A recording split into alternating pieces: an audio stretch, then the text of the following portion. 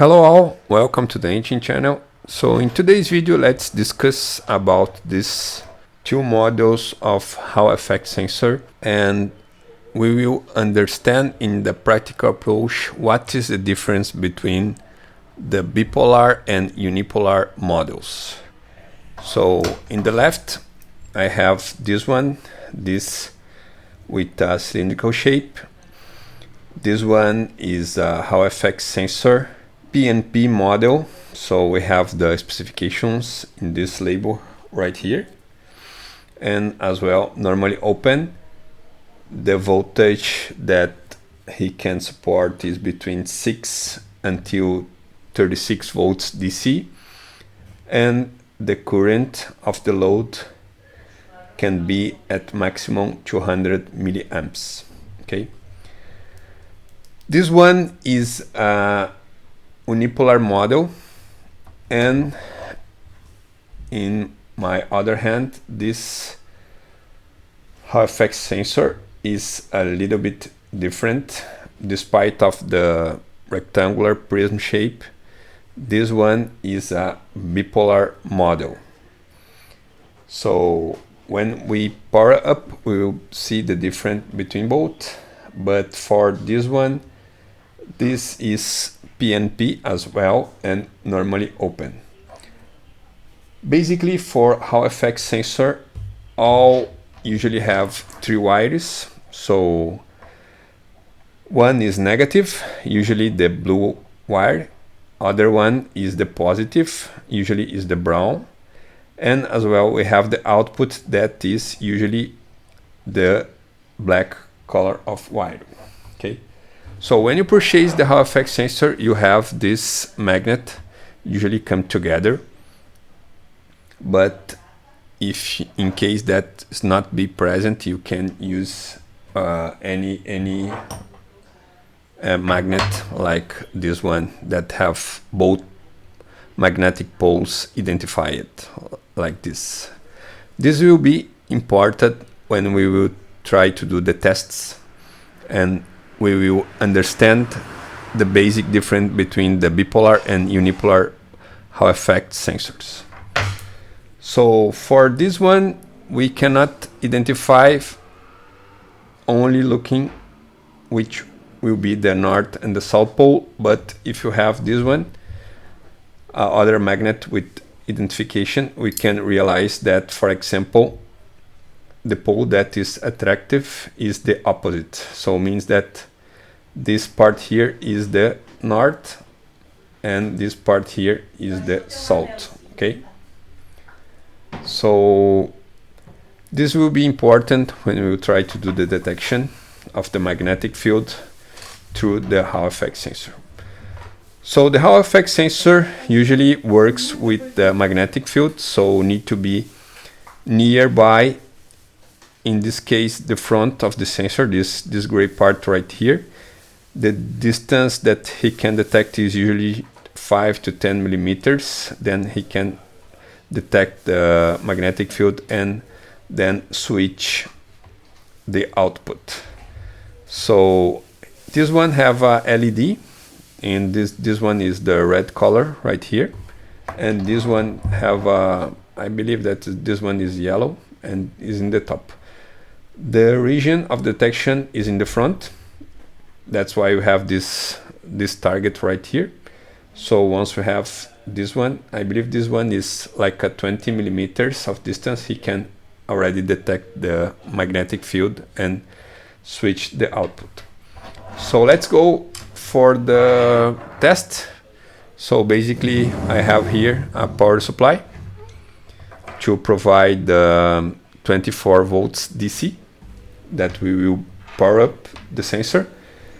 For this one, he also can work between 10 to 30 volts DC. So let's connect the wires. So basically the brown will be the positive, and then the blue one will be the negative.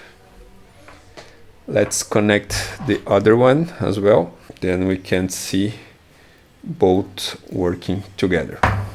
let's connect the brown and also the blue. So to make the distribution, I use this such of connector right here. Basically, I'm connecting the red wire, that is the positive, and the black wire here, and then the connection will distribute the red with positive with the 3 contacts right here, and the negative between the 3 contacts right here. Okay, so for now I need to power up the power supply. Now it's powered up. As you can see, we don't have any detection because we don't have any magnetic field. Now if we approach right here, we're supposed to have some detection, but with the south pole we don't have nothing. Let's try with the north pole, and then we have the detection for this model right here. Okay, so this is the unipolar model because this one cannot detect the south pole, magnetic south pole, only the magnetic north pole. Okay, so for this one is a little bit different because he can detect the north pole, okay, and as well the south pole. We can realize as well that the distance of detection is a little bit higher than the other one.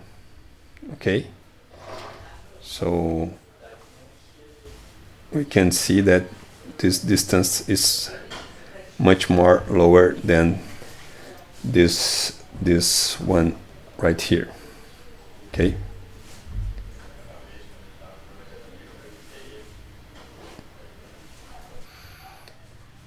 so basically this one is more interesting because this one is bipolar, so he can detect north pole and south pole independent of the magnetic field. So in case that you use some application that you don't know which will be the magnetic pole of the magnet, you can use this one. In this case right here, you need to know which one is the pole for the magnetic that will be used. Okay, for example, this one is the north pole. If you use in the opposite side, nothing will happen right here. So other thing that we can see is regarding for the output. So we can use a multimeter just to check what will be the voltage in the output. We can connect the negative directly to the power supply.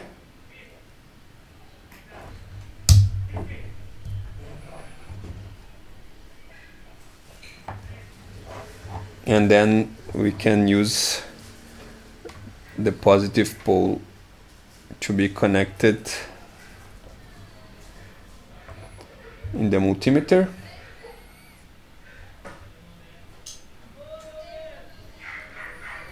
So when you have the detection, we have 24 volts, and when we don't have the connection, we have something similar to 0 volts. Let's switch to DC volts, and then we can see 24 and 0 volts, 24, 0 volts. When we use the other magnetic pole, we don't have any transition in the output.